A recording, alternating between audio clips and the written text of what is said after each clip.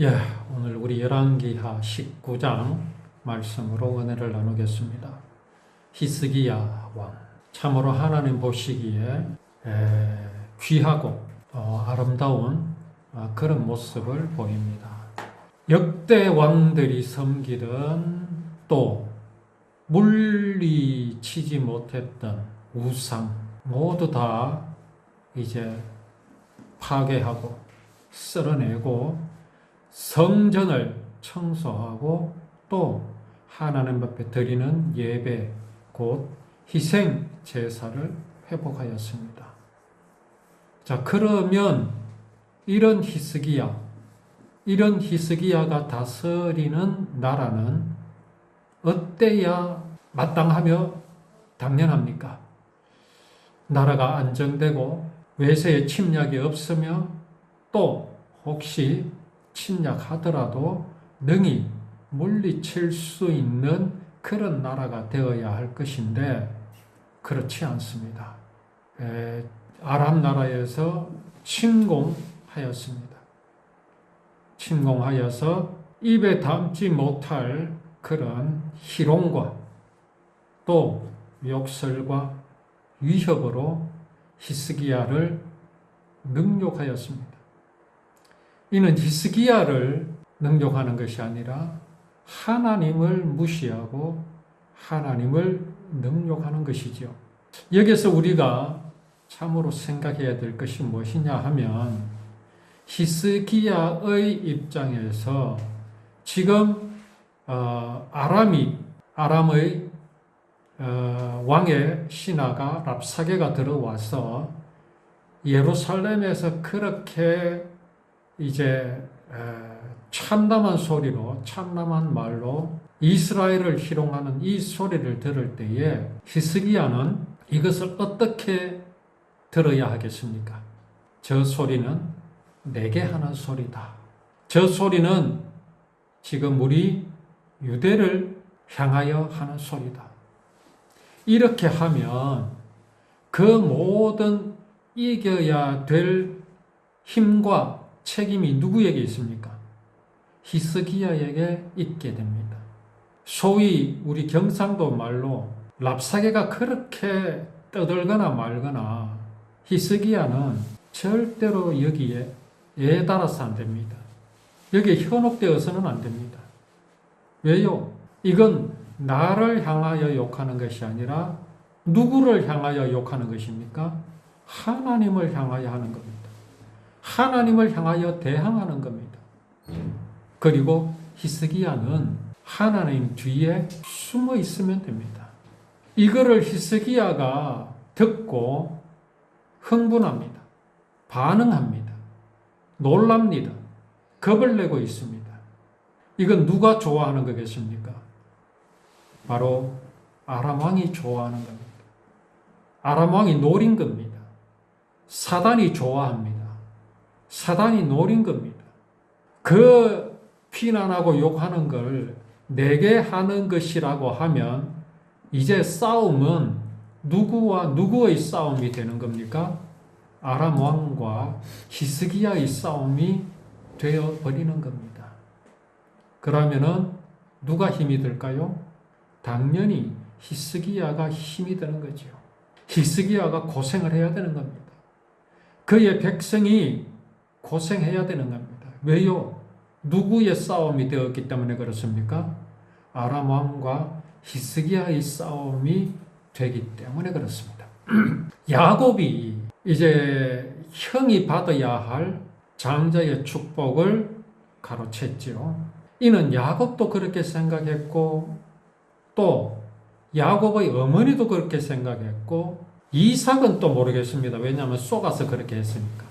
근데 이삭도 사실은 그렇게 한 것이나 다름없습니다.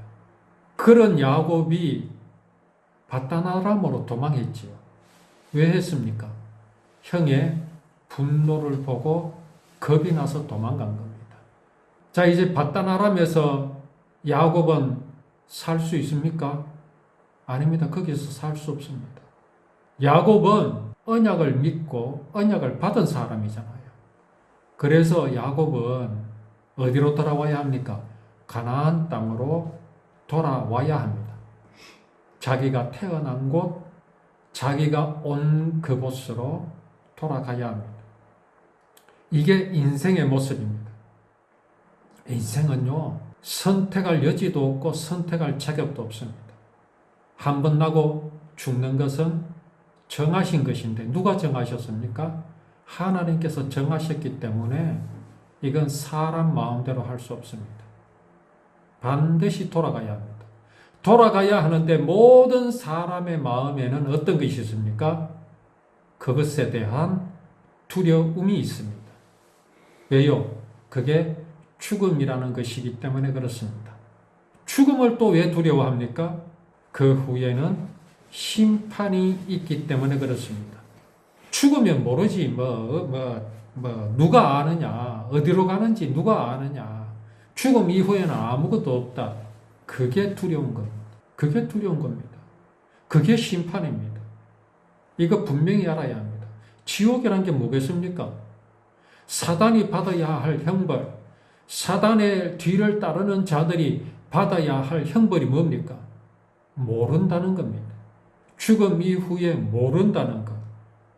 이것만큼 허무하고 두려운 게 없습니다. 그게 심판입니다. 전도하다 보면 그렇게 말하는 사람이 있습니다. 죽은 뒤에 누가 압니까? 죽으면 끝입니다. 그게 심판입니다. 그게 심판은 분명한 이유가 뭐겠습니까? 그게요, 감히 하나님을 향하여 도전하는 마음입니다. 대항하는 마음입니다. 그 후에 반드시 심판이 있으리라 하는데요. 그 심판이 뭔 줄 아십니까? 생명이 없는 곳입니다. 하나님이 없는 곳입니다. 그곳으로 가는 것이 심판입니다. 자, 야곱은 지금 가나안으로 돌아가야 하는 운명입니다. 반드시 돌아가야 됩니다. 인생과 똑같은 모습입니다. 자기가 왔던 곳으로 돌아갑니다. 가는데 뭐가 가로막고 있습니까? 형의 분노가 가로막고 있습니다. 그래서 그는 바단 아람에서 20여 년을 살았습니다. 장가도 들었고 자식도 낳았지만 과연 그에게 행복이 있었겠습니까? 라헬을 사모했는데 자기 장인이 레아를 아내로 주었습니다. 마음이 심히도 불만이었죠. 7년을 더 일하고서야 예쁜 아내, 자기가 사모하던 라헬을 얻었습니다. 행복하였겠지요. 그러나 그게 행복입니까? 그게 진정한 행복이라면 가나안 땅으로 돌아갈 때 야곱의 모습은 춤을 추며 돌아가야 합니다. 그렇지 않습니까? 오늘 세상을 살아가는 사람들이 원하는 것을 얻는 사람들 많습니다. 돈, 명예, 건강, 자녀, 아내 다 얻습니다. 그런데 그게 행복입니까? 죽을 때 그거 싸들고 갑니까? 진정한 행복이라면 그게 영원한 것이어야 합니다. 야곱이 돌아갈 때, 가나안 땅으로 돌아갈 때 그에게 진정한 행복이 되려면 야곱이 바단 아람에서의 삶이 그에게 힘이 되어야 합니다. 위로가 되어야 합니다. 그러나 그 어떤 것도 야곱을 위로해 줄 수 있는 것은 단 한 가지도 없었습니다. 그래서 그는 어디에 머물렀습니까? 야복강을 건너지 못하고 야복 나루터에 머물러 있었습니다. 한밤중에 그가 괴로워하던 가운데 어떤 사람과 씨름을 하였지요. 끝내 그가 이겼습니다. 먼동이 터자 씨름하던 사람이 말하지요. 날이 세려하니 나를 보내달라. 야곱이 뭐라고 말합니까? 내게 축복하지 않으면 내가 놓아줄 수 없다. 내게 축복해달라. 자, 히스기야, 어떤 마음이겠습니까, 지금? 내가 이렇게나 하나님 앞에 충성하고 하나님의 집을 청소하고 하나님이 기뻐하시는 예배를 회복하고 이렇게 하였으니 하나님 내게 복 주시옵소서.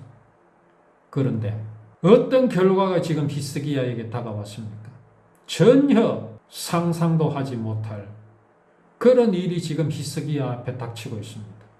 히스기야가 무슨 말을 해야 되겠습니까? 복을 주십시오. 야곱이 내게 축복하지 하면 놓아줄 수 없습니다. 이게 과연 옳은 기도일까요? 오늘날 교회는 이 야곱의 목소리를, 이 야곱의 부르짖음을 설교의 제목으로 삼고 있습니다. 이걸 믿음이라고 말하고 있습니다. 저는 단호히 말씀드립니다. 믿음이 없어서 야곱이 그렇게 한 겁니다. 그렇게 해서 복을 주셨다고요? 천만에요. 야곱에게 복 주실 것은 이미 정해놓으셨습니다. 히스기야에게 복 주실 것은 하나님께서 이미 정해놓으셨습니다. 히스기야가 무엇을 했기 때문이 아닙니다. 이미 하나님께서는 아브라함의 후손에게 주신 땅, 유대 땅 베들레헴에 구원을 이루실 메시아를 거기에서 나게 하실 것을 정하셨습니다. 그러면 히스기야의 믿음은 어떻게 하는 게 맞습니까? 언약을 믿기만 하면 됩니다. 이건 매우 중요합니다. 오늘 우리가 믿어야 할 것은 내게 매 순간순간에 어떤 것이 아니라 성경 말씀 속에서 하나님께서 창세 전부터 예정하셨고 그 예정하신 것을 아브라함의 후손을 통해서 이루실 것이라고 언약하신 그것을 우리는 믿어야 합니다. 마침내 하나님께서는 그 언약을 이루셨지요. 야곱이 불안했던 이유가 무엇입니까? 형의 분노입니까? 당연히 그것입니다. 그러나 더 중요한 것은 야곱이 언약을 놓쳤기 때문에 그렇습니다. 그걸 잊어버렸기 때문에 그렇습니다. 자, 야곱이 형의 분노를 피해서 도망갈 때 야곱이 홀로 광야에서 밤을 새우다가 꿈을 꿨지요. 땅에서 하늘까지 사닥다리가 다 있었고 천사들이 오르락내리락 하였습니다. 야곱이 그때 하나님을 보았습니다. 그때 또 한 말씀이 있었습니다. 반드시 너를 가나안 땅으로 돌아오게 하겠다. 언약 주셨잖아요. 그 언약을 2번 하셨습니다.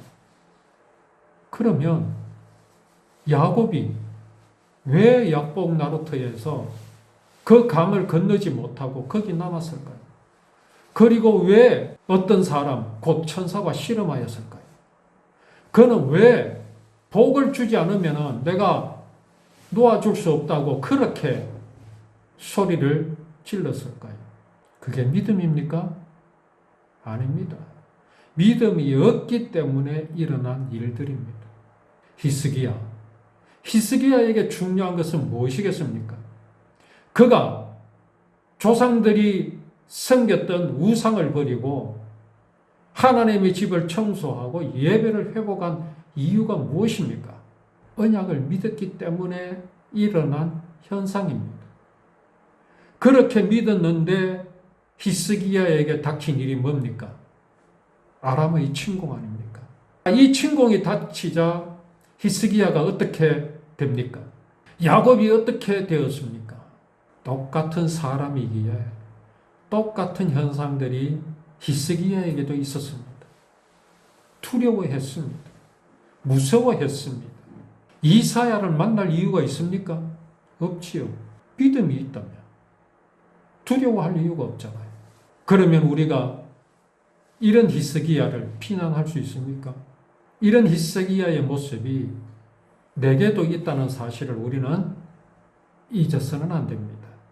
그래서 중요한 사실이 뭐겠습니까? 우리는 누구를 비판할 자격이 없다 이 말씀입니다.